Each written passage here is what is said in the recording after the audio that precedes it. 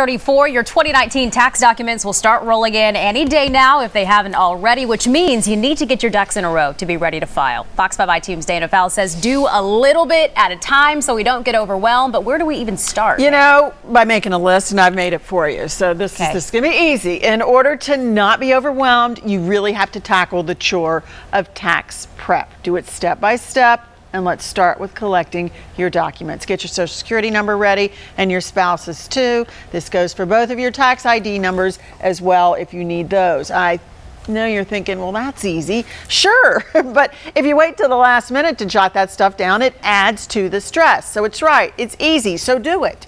Your dependents, the kids, most likely you need to jot down their things too, their Social Security numbers, dates of birth. Don't forget the child care information like their daycare provider's tax ID number. Believe me, the sitter or daycare operator will appreciate you asking now rather than last minute in a panic with the 50 other parents doing the same thing. Just get that tax ID number right now and get that same info if you are supporting perhaps another adult in the home like an elderly relative. Okay, now start together your sources of income. And here are 8 things to collect. I've made the list for you. Here's a quick list. Your employee documents like your W-2 or your 1099 form. Get last year's state refund information. Your unemployment documents, rental income, retirement docs. There's another page. Let's take a look at it. Gather your docs on savings, investments, Social Security, and finally, number 8, your HSA savings. That's your health savings account records. But it's not limited to those 10 things.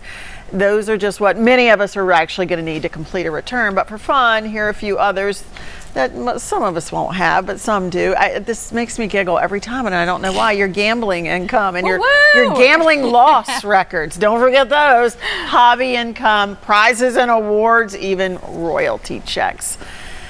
None of it's hard. Yeah, it's just tedious. Yeah, right? It really is. Just gathering documents. But if you put it off, this stuff, and you can't immediately find something, when you're doing your taxes, then doing your taxes becomes very, very taxing. Yeah, it's true. Yeah. So you don't want to hear our mouths on what, like April 14th, and we're like, we have to get off, because you're like, I told you. And then and then you fight. Yeah. Right? Yeah. I thought you knew where it was. You were supposed to get that. Well, I thought you had everything in a file. What happened to that file?